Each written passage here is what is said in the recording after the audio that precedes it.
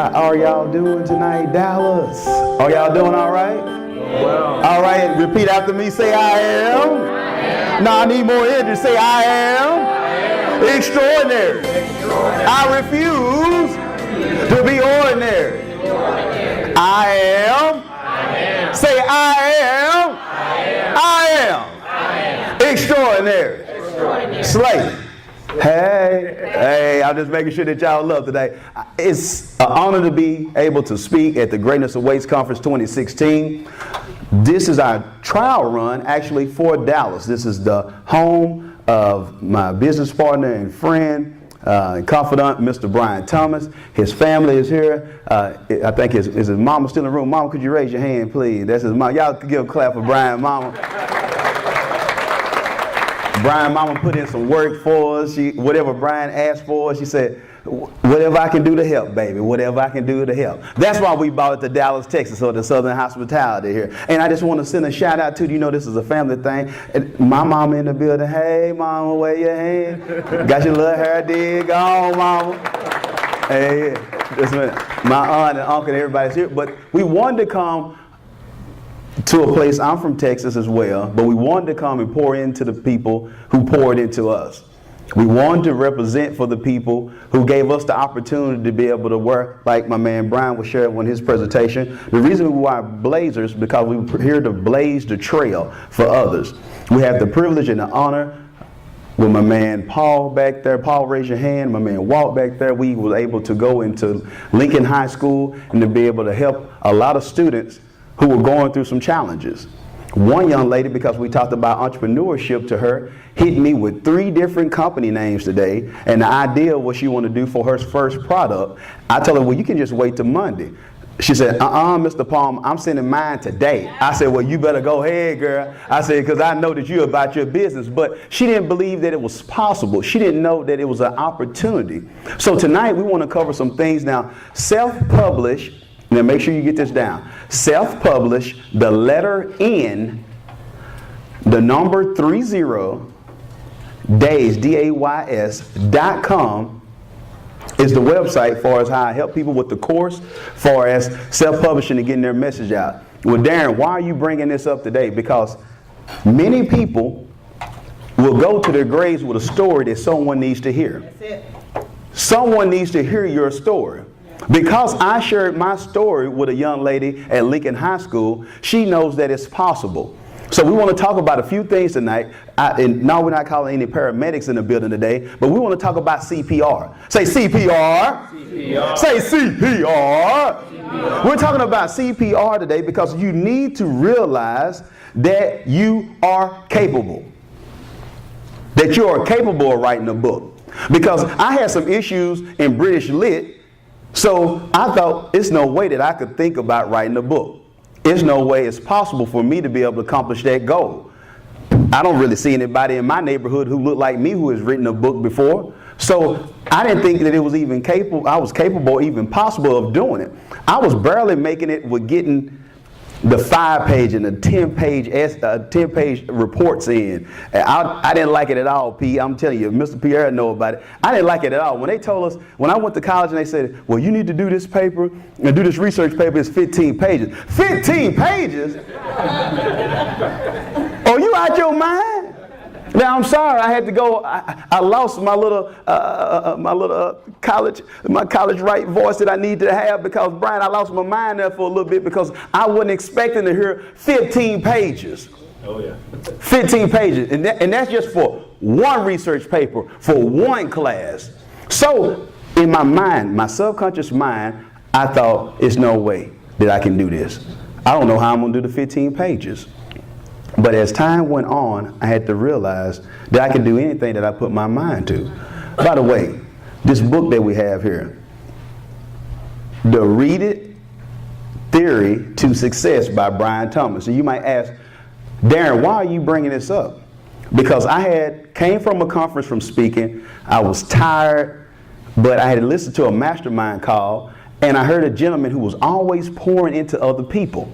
And so for some reason, I gave him a phone call on my way back saying, well, let me kill two birds with one stone. Let me get this guy a call. I need to contact him anyway. So I got like a 4 or 5 hour drive coming from out of Houston back up this way. So I'm going to give him a call and see what's going on.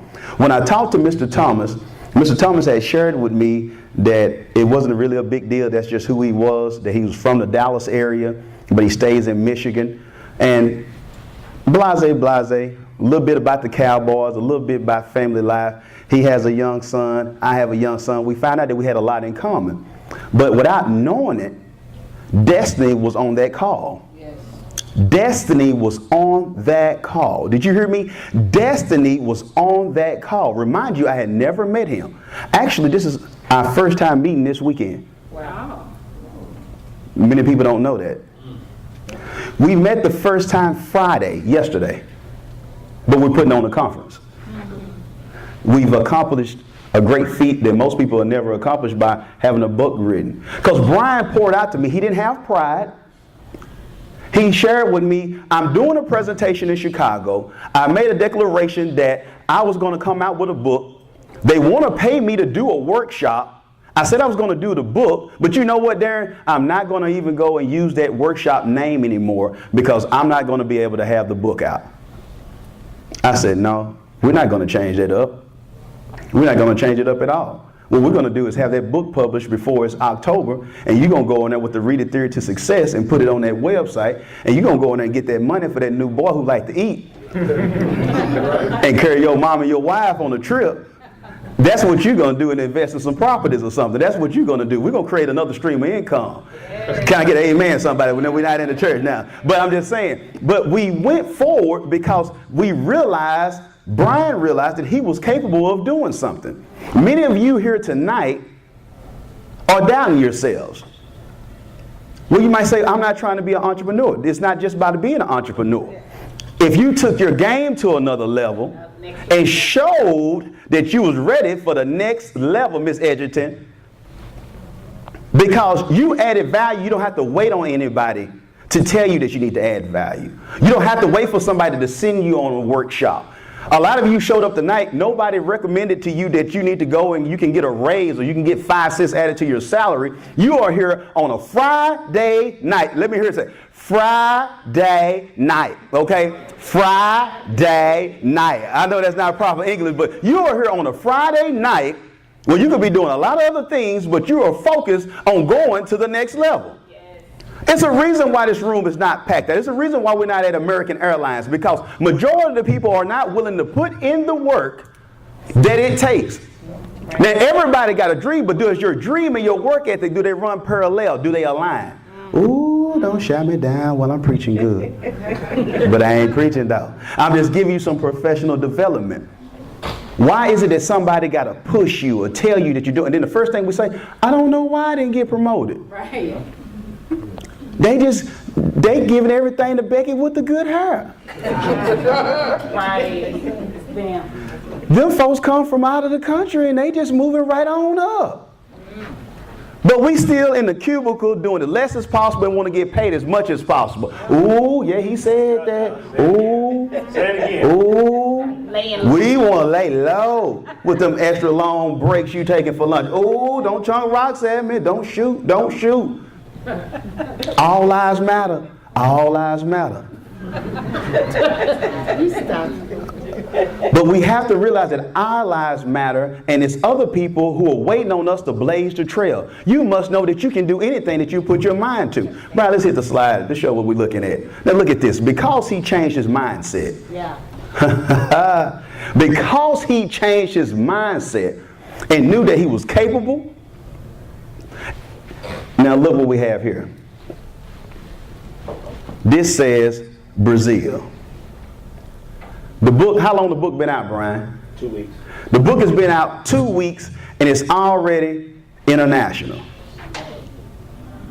He went from thinking that it was no way that he could do it at all. But he was capable. Now he knows that he's prepared. He got the right coaching, he got the right plan, he got the right structure. So now we have a gentleman who's, you can tell that he's eating good and he's living good and he's reading good. Now the book is in Brazil. Now, what does that mean for Brian as far as the company? Now, he owns the business with Kip Inspire. Now, what does that mean for him for the company that he works for with Eden, where he's over $90 million? His boss came in with, you don't hear that a lot from men, Sharon, in certain circles, but you don't hear somebody come in and say, I love you to their employee. No, he didn't have to call human resources. The man wasn't hitting on him. But he told him that he loved him because look at the value. They asked, how in the world were you able to pull this off? Because we know the type of pressure that you're under.